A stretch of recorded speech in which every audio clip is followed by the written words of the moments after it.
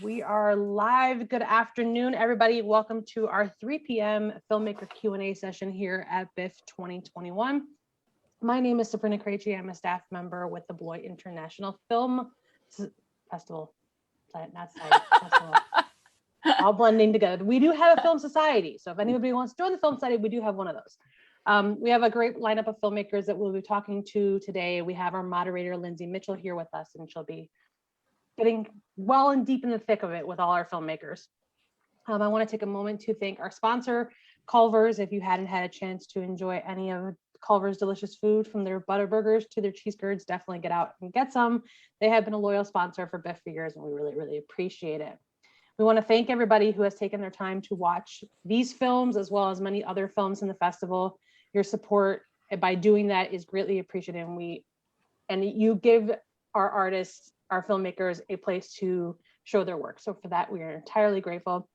If you want to continue to support BIFF, there are many ways you can do so: by becoming a Film Society member, or just making a monetary donation by helping us build up BIFF. So you can go to our website and get more information, or you can text build up to 44321 and get more information that way. Excuse me. With that, I am going to start showing trailers for the 3 films that we'll be discussing here today. The first trailer I will be showing will be Belly of the Beast.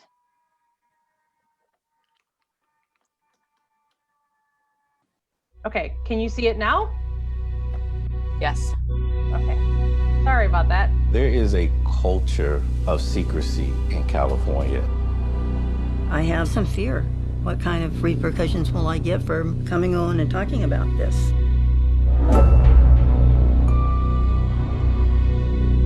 I've always been a fighter, but it wasn't truly birthed until I was in prison. They did a pelvic exam.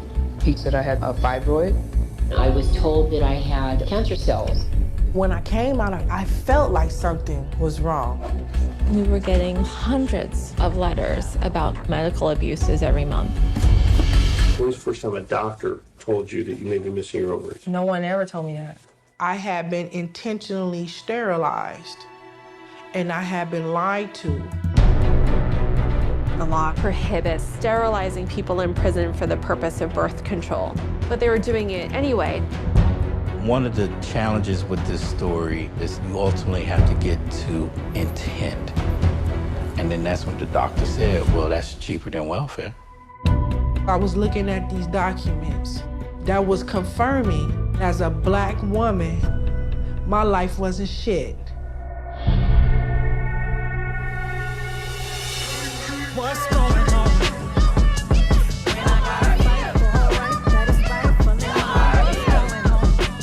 I was very much intimidated by whom I was going up against.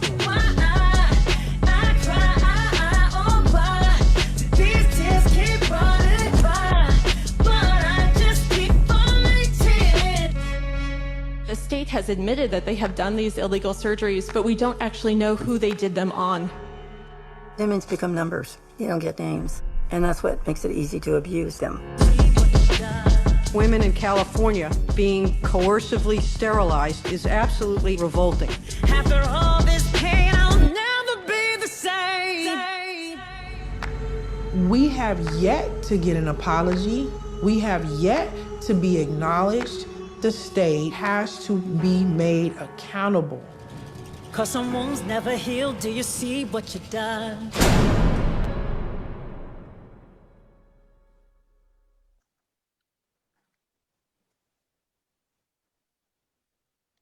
My computer just does not want to cooperate today.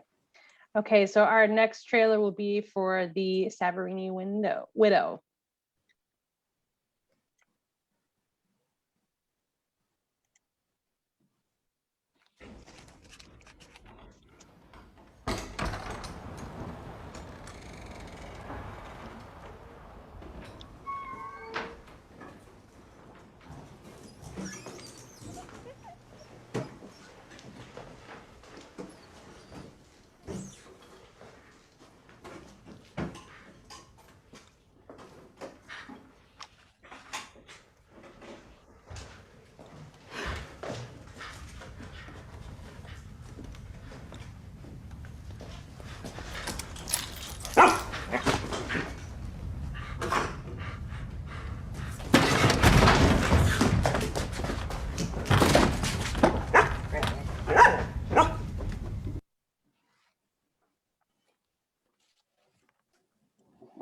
And then our last one will be for touch.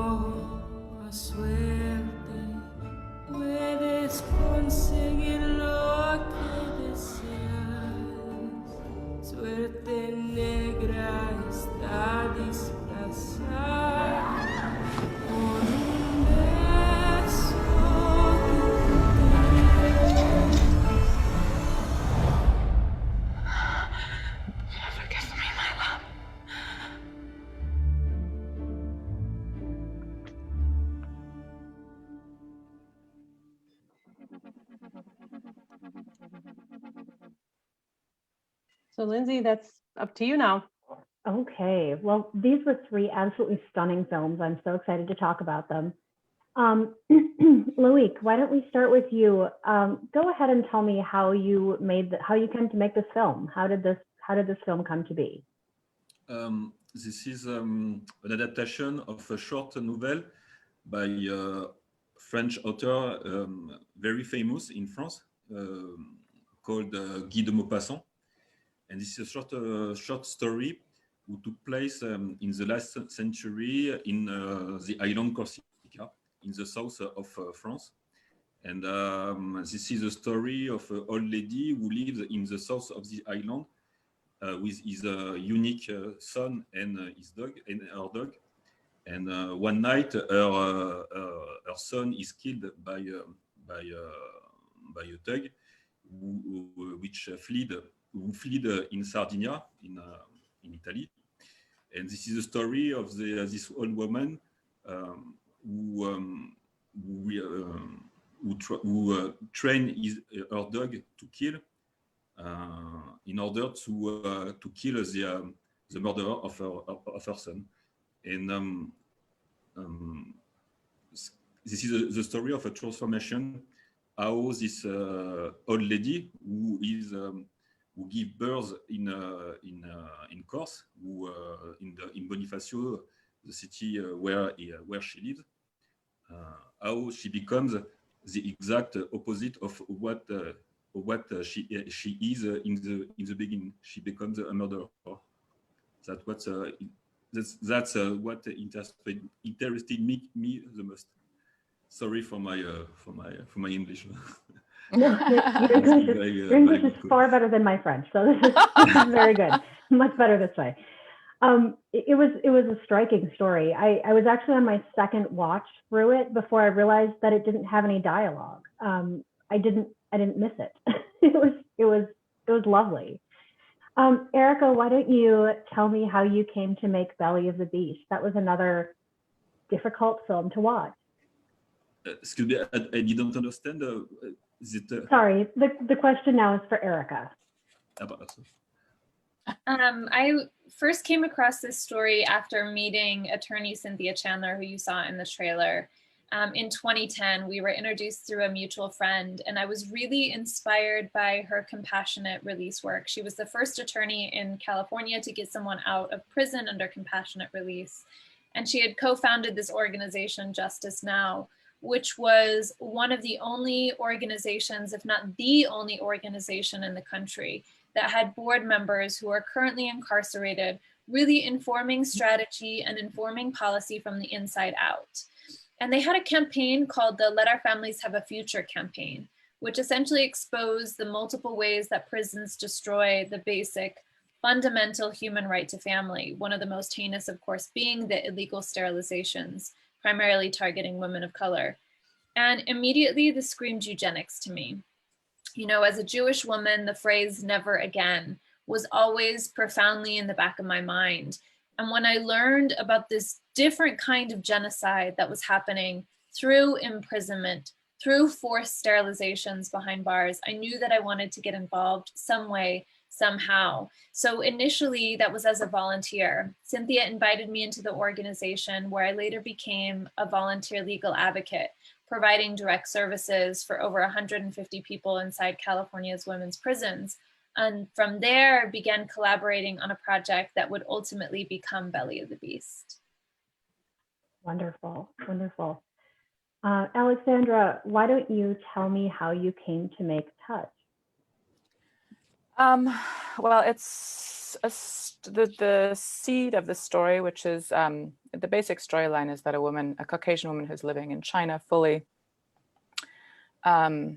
integrated in Chinese society and speaking Chinese, and very well off, has an affair with a blind masseur. And then the affair goes badly and he sort of goes after her. The heart of the story really started with the blind masseur character. And I had experiences in China since I was 6 years old, and I speak the language. And I went there as a student about 20 years ago and had a very interesting experience with the blind masseur. And that was sort of the seed for a story, which I tried writing 10 years later. It didn't work.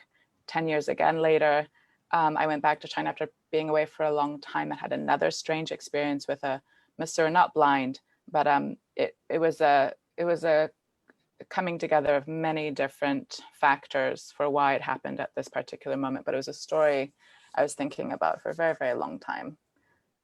And it's exploring how touch, which is the name of the film, can cross cultures and any other sort of superficial divides that society puts on us, whether it's economic or social or cultural or class.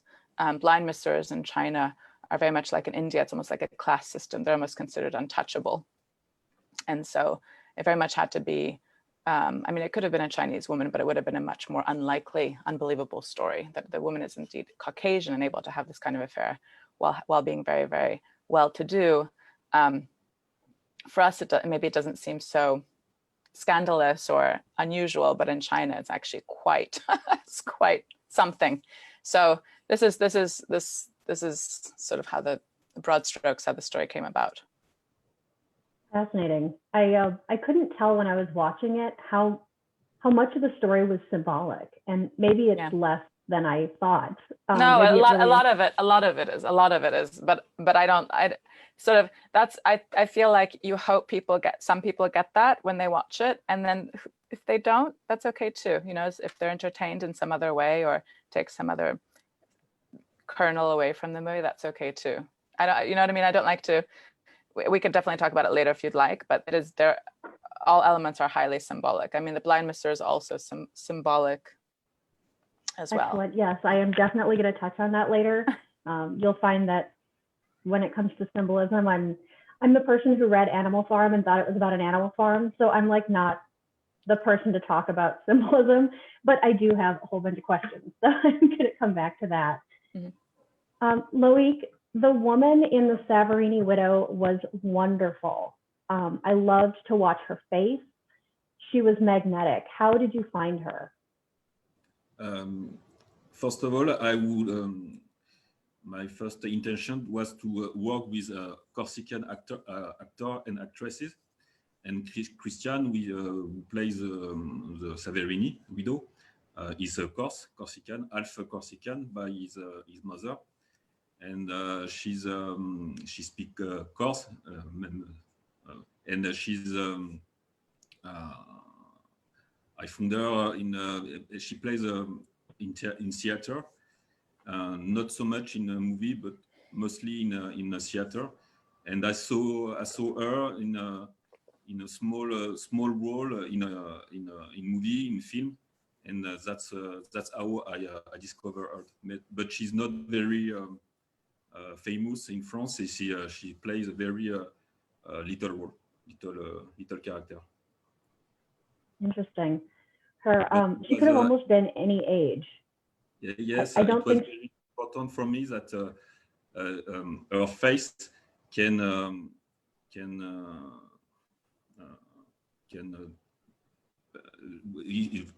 it was important that her face tell a story, and that's why I took her.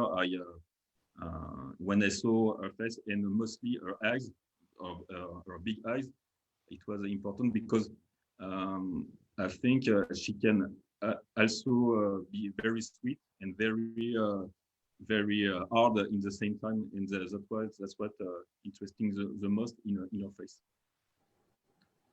Yes, I agree. She was so easy to watch, and her character took quite an arc for such a short film. Her character changed a lot. She started out as kind of this very old woman mother, and then when her son died, she kind of went on this revenge. Just her whole life changed, and she became more vital for a little while until it kind of turned on her. It was fascinating for such a short period of time. Thank you. I enjoyed it very much. Thank you very much. Erika, the women who were in this documentary, how did you choose who to talk about? It seemed like this was not an uncommon occurrence. This seemed to happen to a lot of women, and I had no idea. So this became increasingly horrifying as I watched more of the documentary. How did you find them, and how did you decide who to concentrate on? And yeah, well, the initial idea was really to chronicle the incredible human rights documentation work that was happening inside prison, and how that was funneled out through this underground network of activists, because obviously the prison didn't want these human rights abuses being exposed. And that changed when I had the opportunity to meet Kelly Dillon, who was our protagonist in the film. And at the time that I met her, she was working in Los Angeles doing community intervention work. She's an incredible domestic violence prevention and gang intervention advocate. And that was the moment when she kind of got involved behind the scenes as an advisor initially. And we really worked on how to increase transparency between those in the free world, their non-incarcerated populations, and those who are in prison. And that again changed when Kelly got called in to testify, as you see in the film. The Center for Investigative Reporting released a series of articles by Corey Johnson about the tubal ligations that were happening in California's women's prisons during a 4-year time period. And that exploded. All of a sudden, it was a national conversation, an international conversation, and there was potential for litigation, potential for legislation. And Kelly, was called in to testify on behalf of so many people that wouldn't be eligible to testify because they were in prison or wouldn't be able to testify. And that was the moment that she and I both decided that we would start filming her experiences leading up to her testifying. And I met, hundreds of survivors through my work as a legal advocate. And, really this film was made with and for people inside. And that meant that every creative decision along the way was made in collaboration. Meant that the film needed to be on PBS, which ensures that people inside have access to the film, as PBS is one of the only consistent stations that folks inside prison have access to. So it was a very collaborative process, and you are so right. I mean, it's very shocking, it's horrifying. And this process was really guided by and led by those who are directly impacted.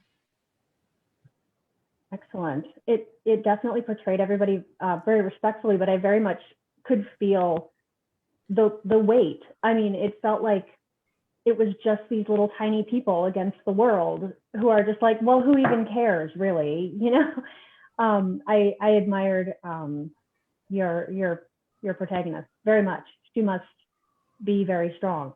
It would be very hard work to do on a regular basis. Yeah, I think it's important to say, if it wasn't for Kelly to begin with, I wouldn't even be here speaking with you today. You know, Kelly was really the catalyst, as you see in the film, to begin investigating not only what happened to her, but others, to not only seek justice for herself, but others. And so it's because of her that I am here today talking about the film. Wonderful. Aleksandra, your background fascinates me. You didn't do anything with, I mean, you had just a tremendously varied background. Do you want to talk about how you ended up here? Your education is completely different. I just have to say, I have tears in my eyes as I hear Erika speak. This is just, I can't, before going to speak about my little fictional film, this is unbelievable. This is a movement. This is not a film. This is, congratulations. I'm very touched. Just, I didn't see it and I have tears in my eyes. It's unbelievable. If you haven't seen it, you very, very much should. Yeah, I have to. It was horrifying.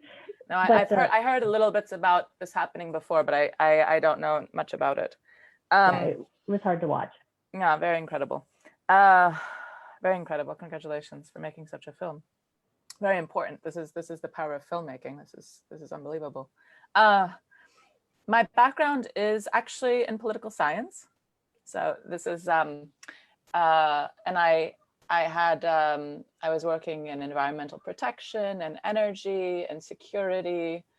Energy being oil and gas. When I talk to film people and I say energy, they always go to Reiki immediately. You know, so I have to clarify. We're talking about oil and gas, and that guy is not Reiki. It's a different kind of energy. But I had always, since I was a child, gone on a parallel path. I'd always been in theater camps and acting camps, and I was always torn between the two. And I'm still torn because one is very intellectual and also very important, you know, for the world.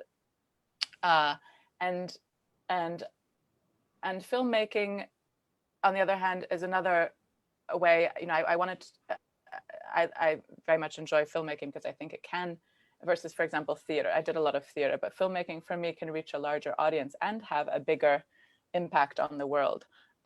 So, you know, for example, in this case, Touch, going through China and discussing how, you know, the views in the West of blind people and how they're treated like actually people, you know, who are blind. And we do our best. We're still not great at it, but we do our best to include people who are handicapped in regular ways in society, whether it's making ramps or, you know, and this actually doesn't exist at all in China. So this was very important. For the film became more and more important for me to make. How I you know, at one point I had to decide just to pull the trigger and leave my former sort of job and go full on. It's not something you can do part-time, really, filmmaking. I mean, for me, there are people who do it and I don't know how they do it, but I also have a family and, you know, small children. So it would be almost impossible to try to have a job in something like energy work or environmental work and make films and be a mother.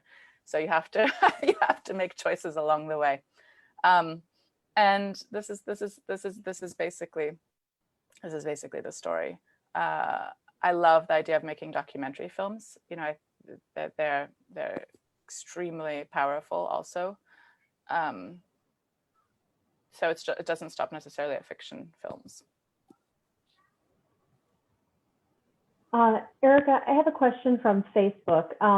Someone said, Erika, I'm unclear. You're expecting to be able to air on PBS?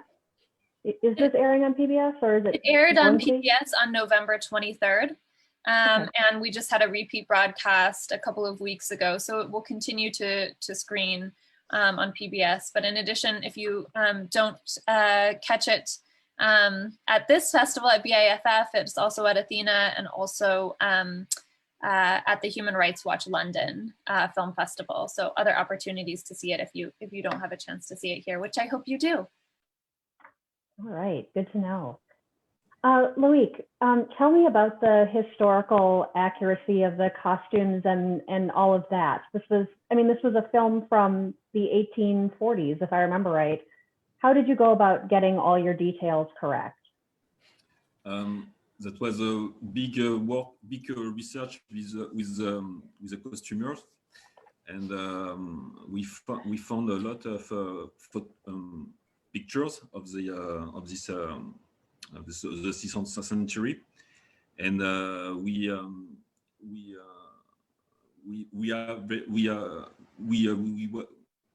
found a lot of documents, lot of pictures of this century, and that and we I don't know how to say, but this is very accuracy, and we are this is very accuracy. We found the right costume, the right dress for the protagonist, and there was a lot of documents. The city of Bonifacio helped us and give us a lot of pictures. The work was easy with this collaboration. Someone who watched the film said that the lighting made the woman look like she was part of a Vermeer painting, which was about right. It was lovely. It was perfect. Erika, having a collaborative film with women who are currently in prison must have presented a lot of challenges. Do you want to talk about the nature of those challenges? Yeah, definitely. I think one of the biggest challenges is that there's not the freedom of communication like you or I would have. You know, we pick up the phone, we call each other, we can, you know, email each other and get an instantaneous response. You know, this process took over a decade for numerous reasons. But it was important every step of the way to be continually talking about the potential for retaliation. And down to the very last minute, you know, we were communicating with folks inside about which part of their interviews were being used and whether or not they felt comfortable with that, whether they felt comfortable being credited in the film as an advisor or as a participant. Did they want their real name? Did they want a pseudonym? Did they want to remain anonymous? And then, you know, major decisions were always made in collaboration, as I mentioned, like, you know, who would be the musical voice of the film? We asked everyone, you know, inside if there could be one artist who could be the musical voice, who would it be? And everyone hands down said, has to be Mary J. Blige. So then the challenge became, okay, how do we ensure this happens? How do we reach out to Mary J. and get her involved? And so we worked with the incredible music supervisor, Tracy McKnight, and reached out to Mary J. And she saw a rough cut of the film and immediately wanted to get involved. So, you know, the entire process was very collaborative. And yes, there were many challenges in communication, but this film couldn't have been made any other way. It was very important to be embedded in the movement and to work alongside folks inside for this film. And I just have to say, I'm so sorry, but I have to jump for another Q&A.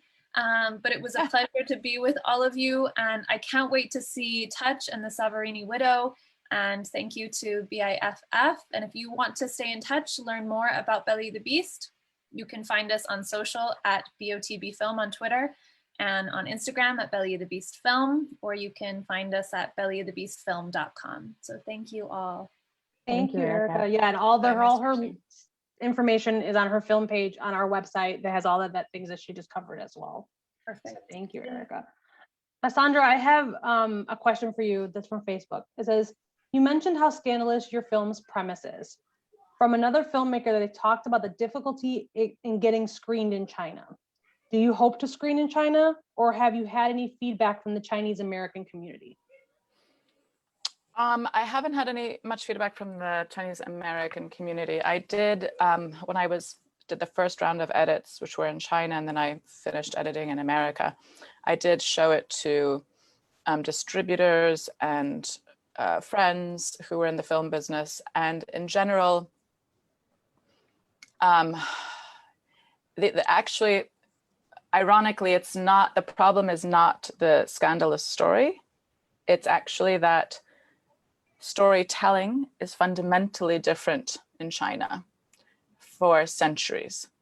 There's that issue. So to give an example, stories are centered around groups of people.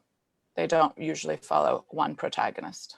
This is standard to follow a group, like a community. And you can, if anybody knows anything about Asian culture, you can imagine how this is. It's a family, or it's a town, or it's never one protagonist. So there are these kinds of things which are fundamental to storytelling, which are ingrained in society and everything you digest on the story front.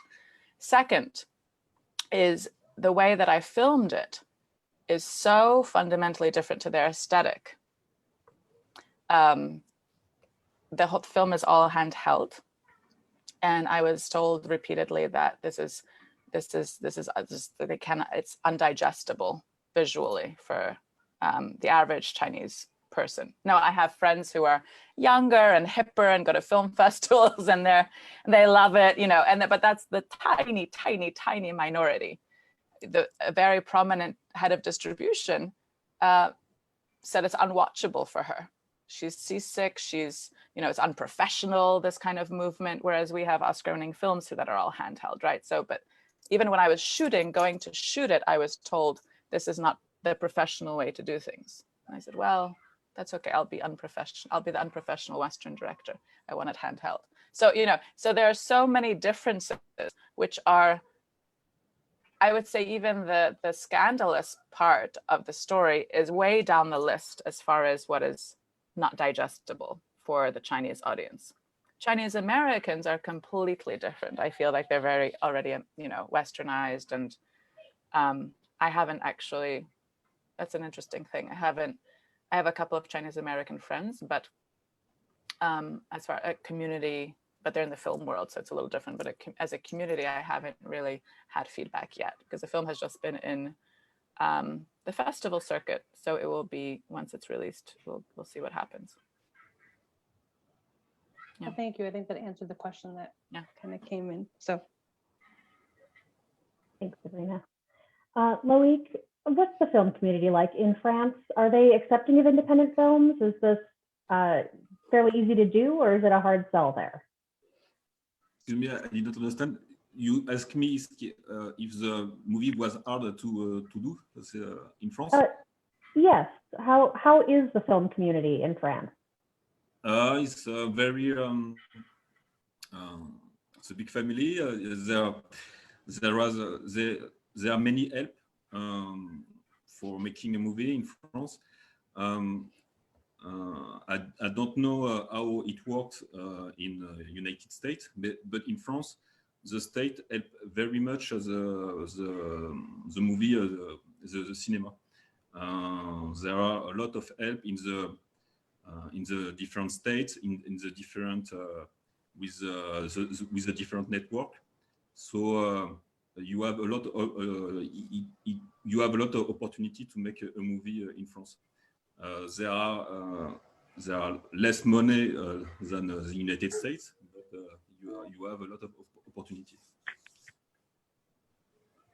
So my movie, I have the opportunity to have money for making my movie. So I was very comfortable to make the movie. Good.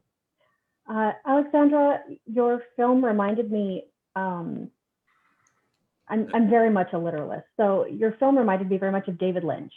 You can watch the film and be fine as a literalist. You can, but you're aware that underneath that film you're watching is this other film that either you get or you don't. And so I'm aware that that other film is there underneath. So why don't you talk about, it seems like everything had other meanings, the hair cutting and, just the dead birds and everything was just, it seemed like just layers and layers. So why don't you talk a little about the symbolism in the film? Where to begin? Because there are layers and layers. So maybe starting at the highest level, as far as a thriller is concerned, we have Bayu, who for me, which is totally fine if people don't get that, but for me, he represents China.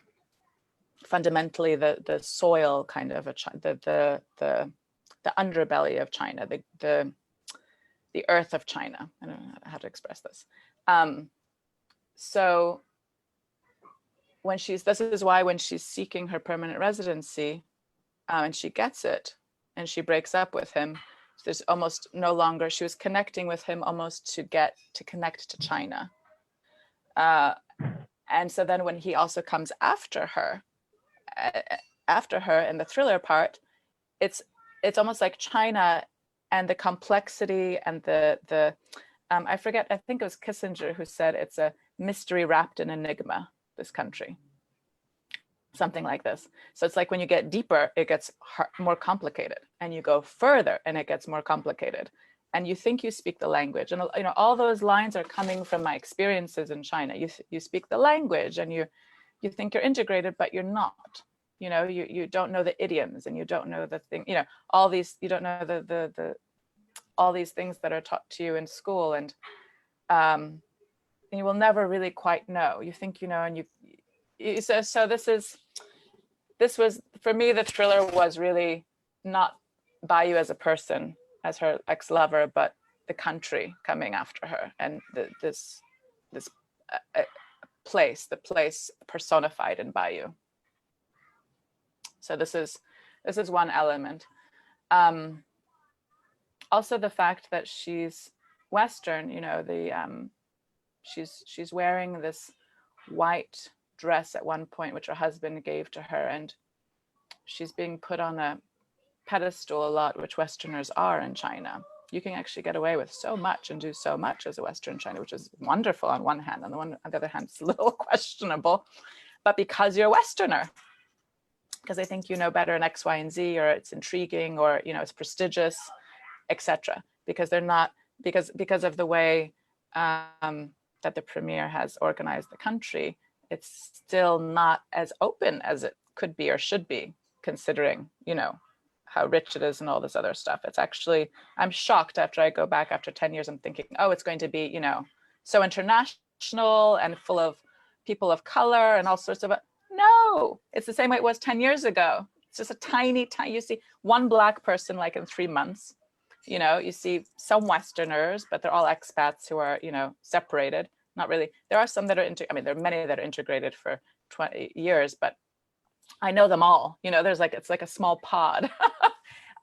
So the story is based on what a real person, how a person is integrated in China. There are those people. And I wanted to very much represent that because it hasn't been represented. But this notion that a Western is put on a pedestal, so she's wearing this gown at one point, which is almost like a statuesque, and this is why I wanted very much a blind person to be her lover, because he doesn't see. He knows that intellectually that she's Western, but she doesn't see if she's beautiful or if she's white or if she's Western, and that's also what attracted her to him. Which is not always, I'm not sure that came across in the film or not, but that was very important. That was the fundamental driver for why this story worked for me. And people would ask me, well, why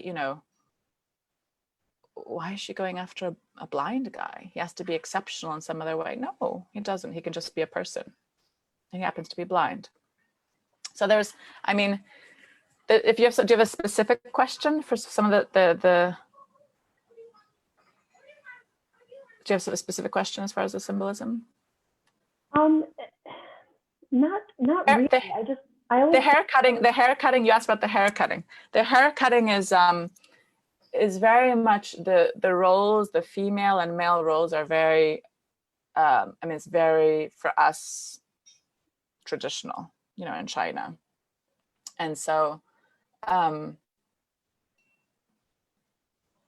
The mother from a Western perspective is thinking about how, you let your child blossom and be who he wants to be and express himself as he wants to express himself. And the husband is thinking about traditional male-female roles. And this is also, you know, I'm originally from Poland, and we didn't, centuries ago, little boys never cut their hair until they were 8 or 9 years old. Because they were considered still part of the woman, part of the mother. And then they became a boy when their hair was cut. So it's sort of the rite of passage for the little boy. Yeah. I really connected with a part of your director bio, and also it came across in the film. Which part? You had talked about always being other, being outside.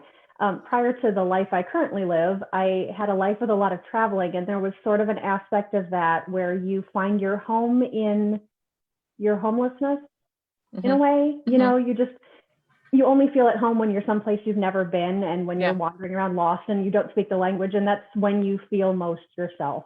Yeah. And that came across in the character also. Her separateness was almost its own entity. And I don't really know if that was intentional or if that's just an aspect of you having lived that life and that's actually just the way it is. I mean, it was intentional. That's really the idea. Because we chose, for example, this town. I didn't want to shoot it in Beijing or Hong Kong or Shanghai. I wanted to find a really small town where her aloneness would be so much bigger. You know, and so if the further you go away from these cities in China, the less Westerners there are. And I think I would go personally nuts. I mean, I like Chinese people, but I also want to connect with an international crowd, not just Westerners, maybe Africans or, you know, people from other places. And the further you go away from bigger cities, the less international they are, which is true anywhere in any country. But in a place like China, it's extremely, I think, it can be extremely isolating and difficult. And I would imagine that it would be very difficult for Fei for this character. So it was very intentional. So we found this little town, happens to be a train ride from Beijing, but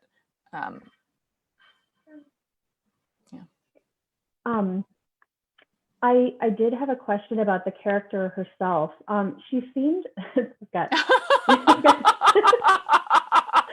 was so sweet. Where's my hand? Right. I did have a question about her. She seemed very unhappy.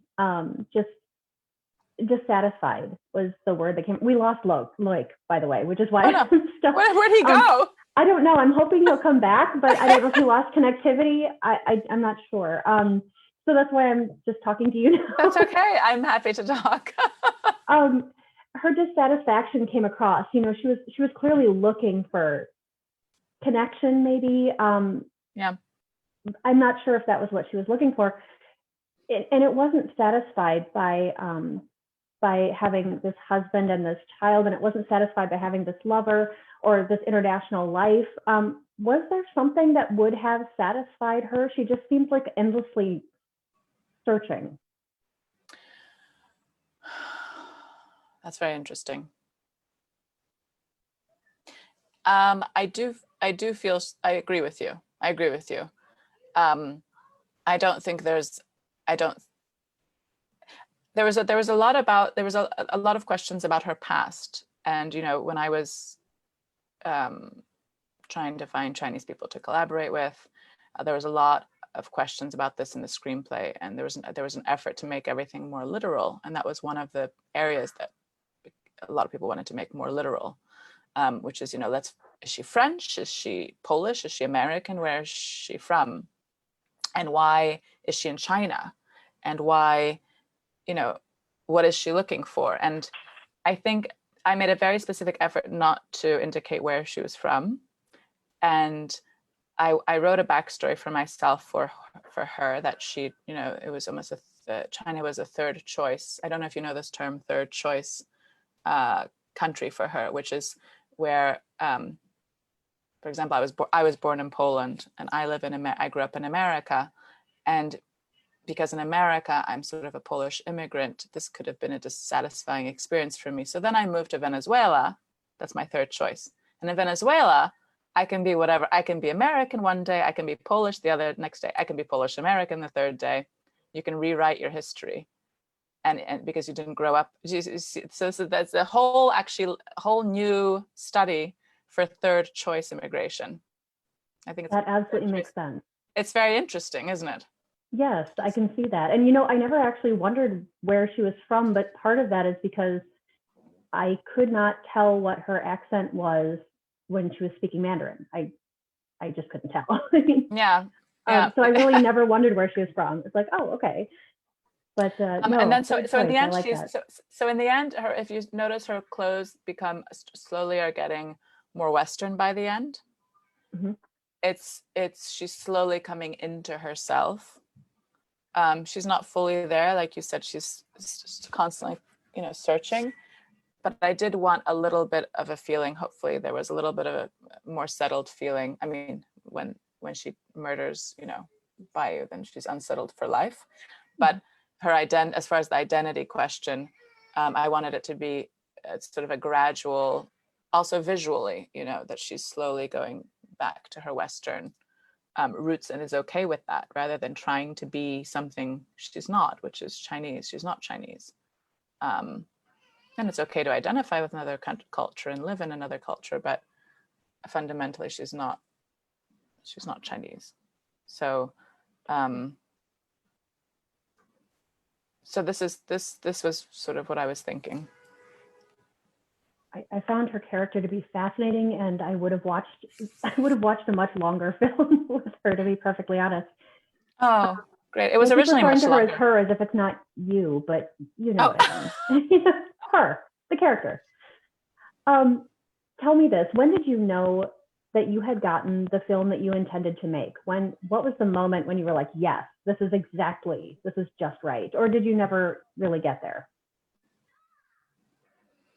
I never really got there, because originally I wanted the film, there were a lot of changes to the film, to the script, which I regret, you know. The film was initially more impressionistic and much less formulaic.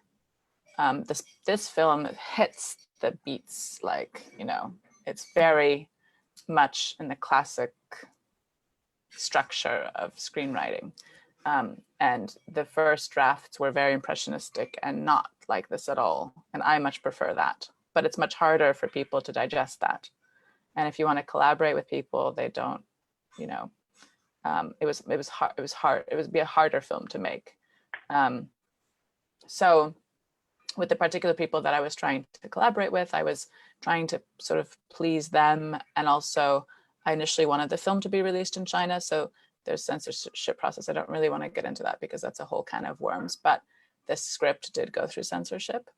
And for it to go through censorship, a lot of changes had to be made. Not much left when you're done. And yeah, so I'm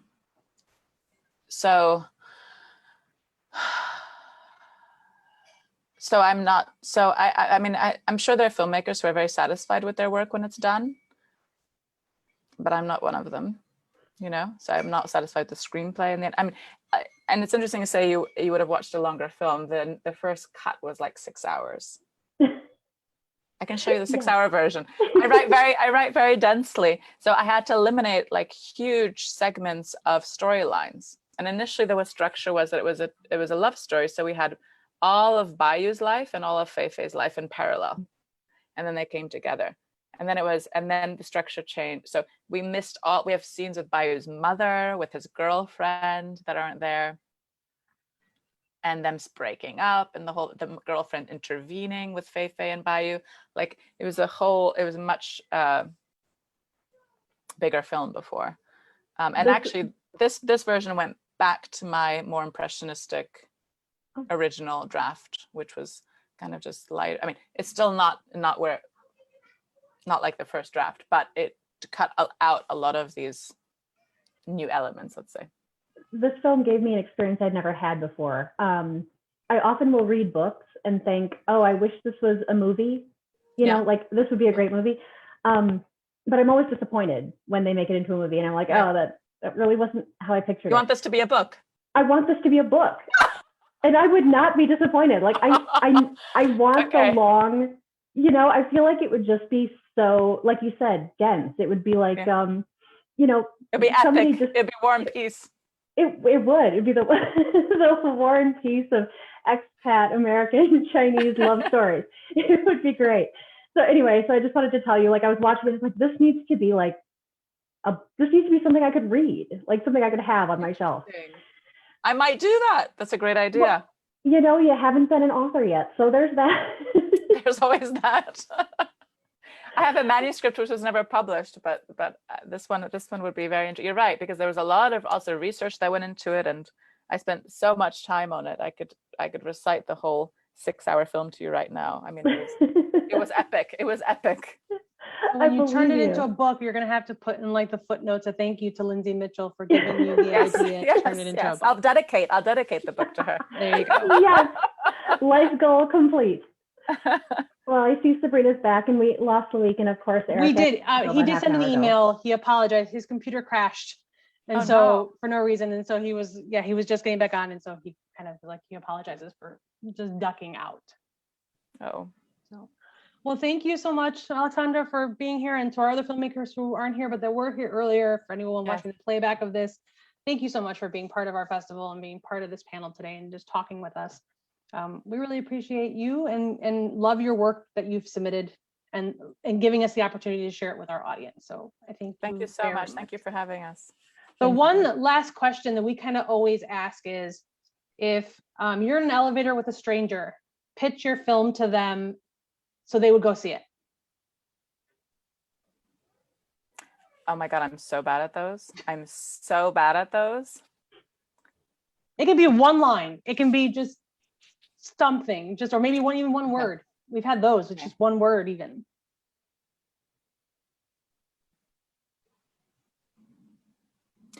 Okay. There's a Western woman in China, fully integrated in Chinese culture, and she gets lost by the power of someone's touch. There you go.